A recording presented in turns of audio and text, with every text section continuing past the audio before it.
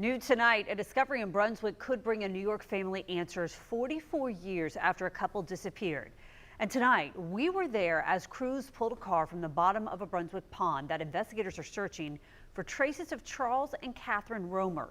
They were last seen in Brunswick back in 1980. Zach Wilcox spoke with the couple's granddaughter about what this discovery means to her family. Glynn County Police said it was going to be very difficult to pull this car out of the pond when they found it 5 days ago, and they've been working on a way to do just that.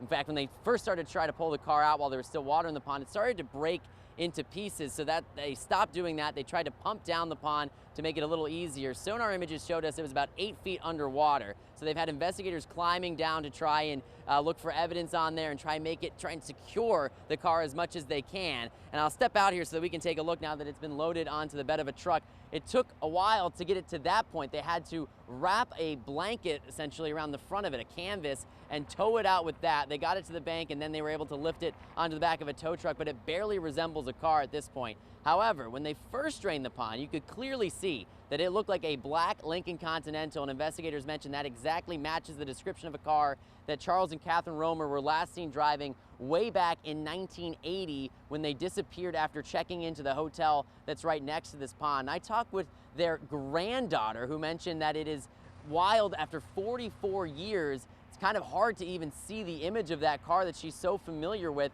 and having waited so long for development to finally have something in this case. After 44 years, we never, we just gave up thinking there's ever an answer. But I don't think a day went by in our lives that we didn't wonder and miss, our grandmother.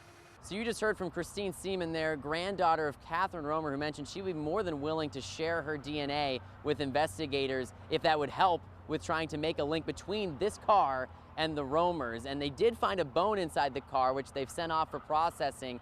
And a spokesperson with Glynn County Police mentioned that it could be weeks, if not months, for that DNA processing to happen. And now that they have the car out of the water, they can further investigate it, try to find any other evidence that might link this couple to the car. In Brunswick, Zach Wilcox, First Coast News, on your side.